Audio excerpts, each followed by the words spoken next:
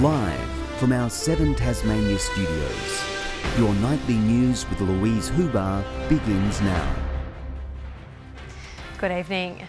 Tasmania has recorded its first COVID death in 2 years, a 90-year-old unvaccinated aged care resident. Health officials are still tracing the source of the outbreak at Barrington Lodge, with 23 people inside the facility now infected. Residents, staff and families are mourning the loss of a loved one this week. Officials say the 90-year-old woman had a range of medical issues, testing positive to the virus on Wednesday.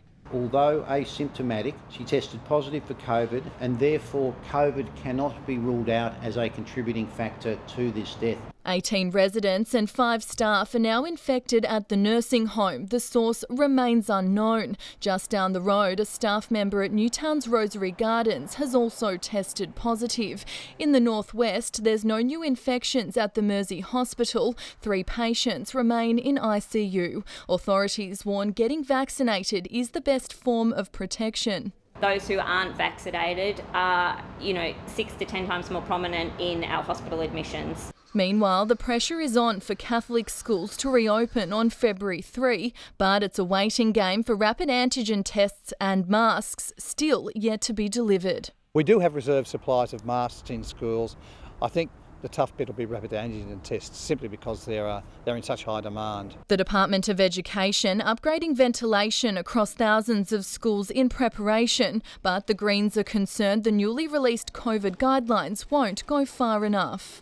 It doesn't provide for the sorts of ventilation and safe distancing measures that we know are needed to keep children safe. Staff warned today they'll need to be fully vaccinated if they plan to return next month. That they need to have their details and their information uploaded by the 8th of February to be able to continue to teach in our schools.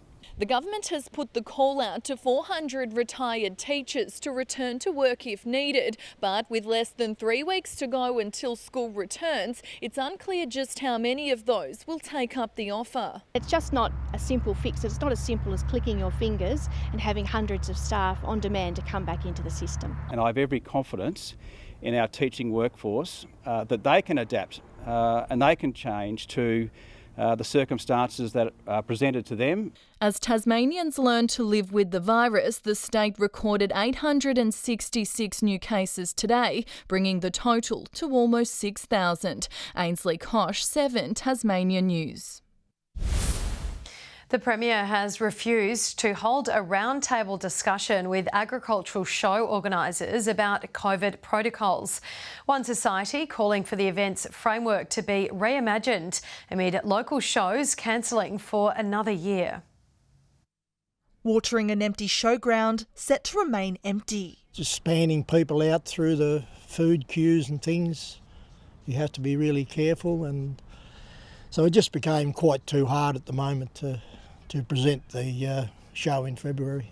Pulling the pin on the Exeter show once again, the first on the 2022 show calendar, leaving the President uncertain for the future. It will be good to get them going again, because this is the second year we've missed, and I think if we go for a third year, you just about disappear, and so will a lot of other shows. The Tasmanian Agricultural Show Society now pushing for a discussion, sending a letter to the Premier to create a round table to rethink the event's framework. Unless we can get some indication of what the future's likely to be, then they're not going to take the risk. They can't afford to. A proposition Peter Gutwin isn't accepting. Look, I'm not going to accept a round table from Mr Gadd. At the end of the day, we'll rely on public health advice. We will work very closely with the Show Society and other show societies around the state. Scott Gadd also saying there's a double standard for larger events like the Ashes. Concessions have been made for other events, yet the restrictions are still imposed on our events, and we do see that as unfair. They are a completely different event to that which he has been pointing to in terms of a large ticketed sporting event. And I think Mr Gadd understands that.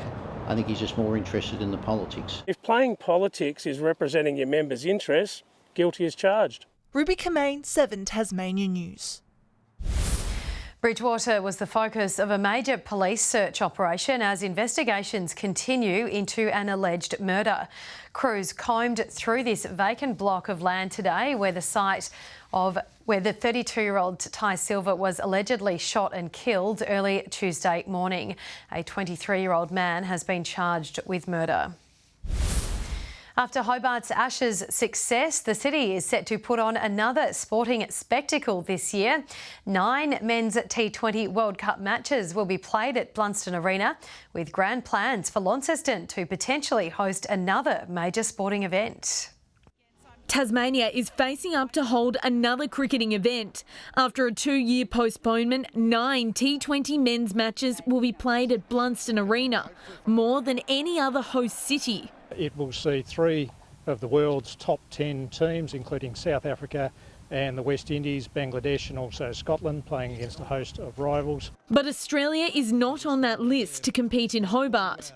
Play will begin in mid-October, with former stars sure it will inspire a new generation of local players. Great access for those youngsters, and being able to meet the stars when they can and get photos and that sort of stuff. It just keeps people involved in the game. It's also set to attract visitors far and wide, as well as putting our state in the global spotlight. It will certainly bring interstate and overseas visitations here to Tasmania to support local businesses and to see our tourist attractions that we have to offer here. Meanwhile, Launceston looms as a potential candidate to host the 2027 Rugby World Cup.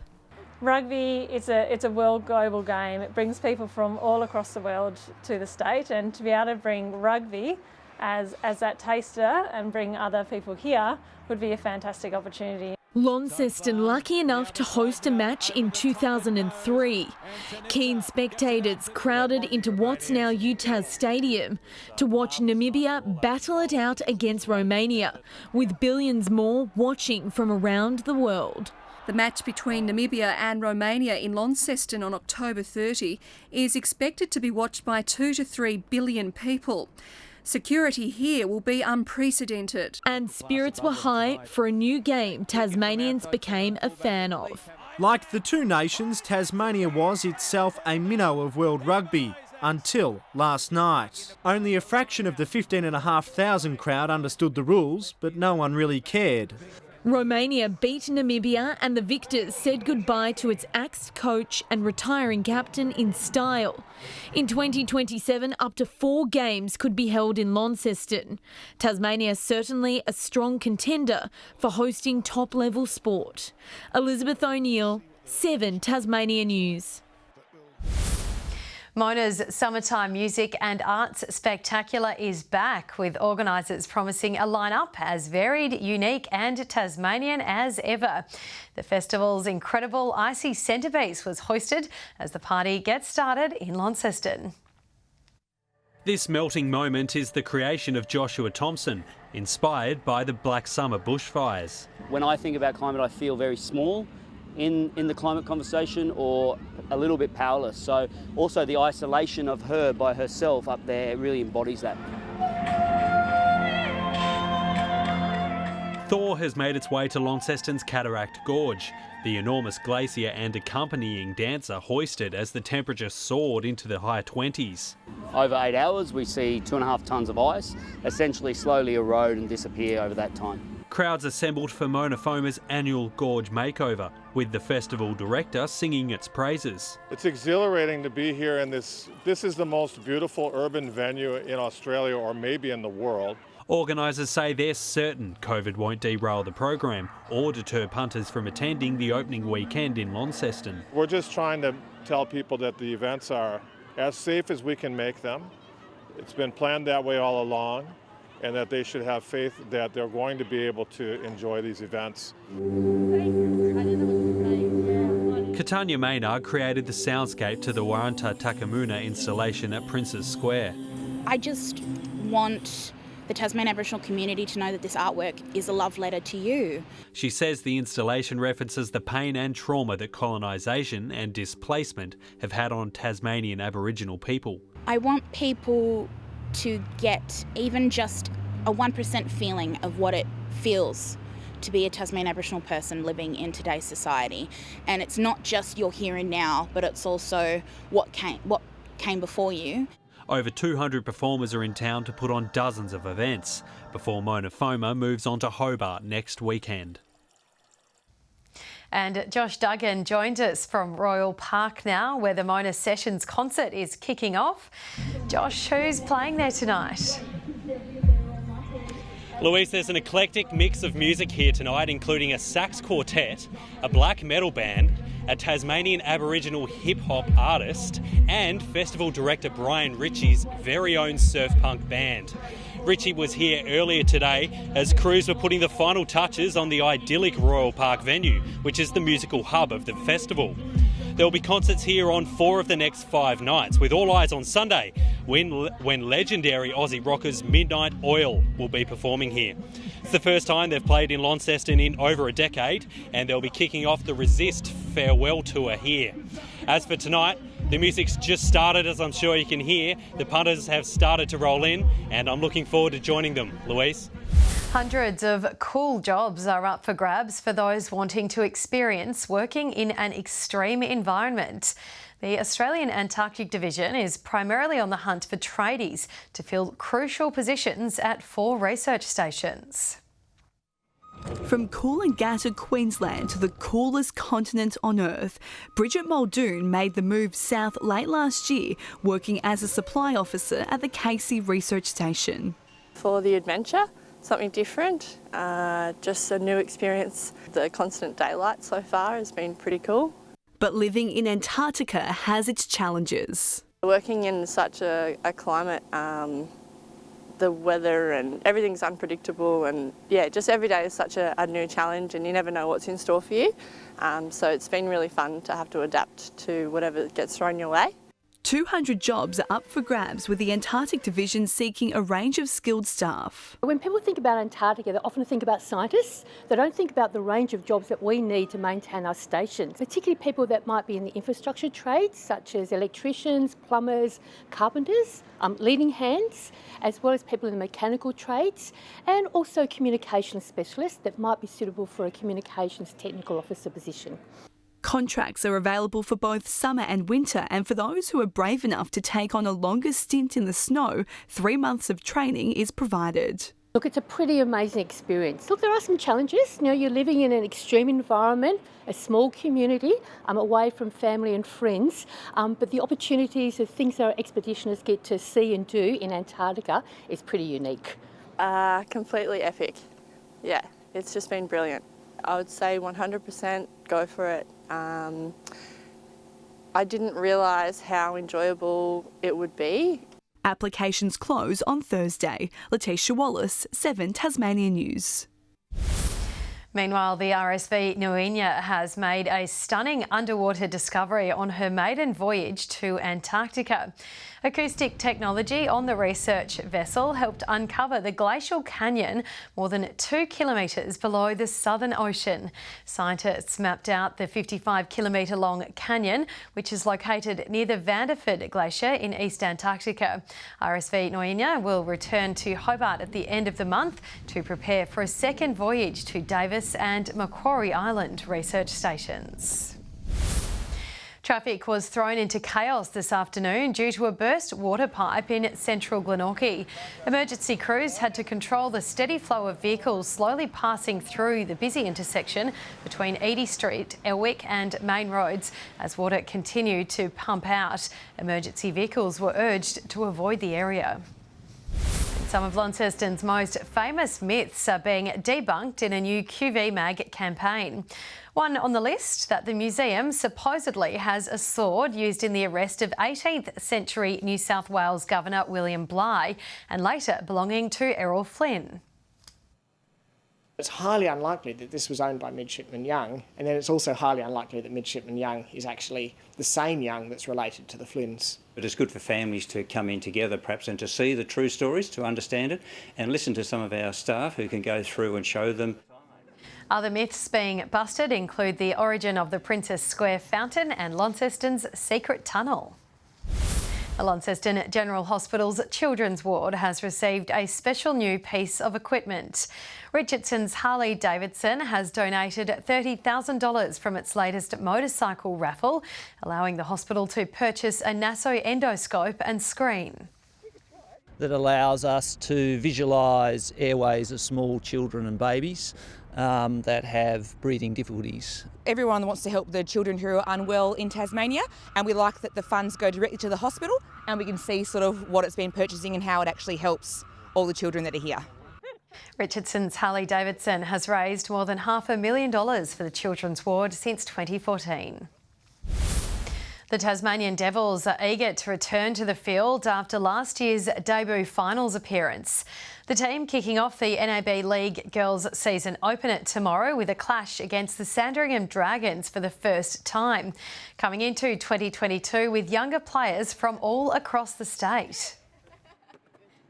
We're definitely a lot younger, but I don't think our skills have decreased in any way. We're really connected again and we have the same sort of vision as last year.